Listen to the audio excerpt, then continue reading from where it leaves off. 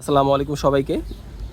যারা ২০২৬ সালের কোরবানির ঈদ উপলক্ষে মহিষ কোরবানি করতে চাচ্ছেন তারা কিন্তু নিঃসন্দেহে চলে আসতে পারেন ঢাকা সেই সুবিশাল ঐতিহ্যবাহী গাবতলীর পশুর হাটে। এখানে কিন্তু বেশ বড় বড় এবং ছোট মাঝারি সাইজের মহিষ রয়েছে।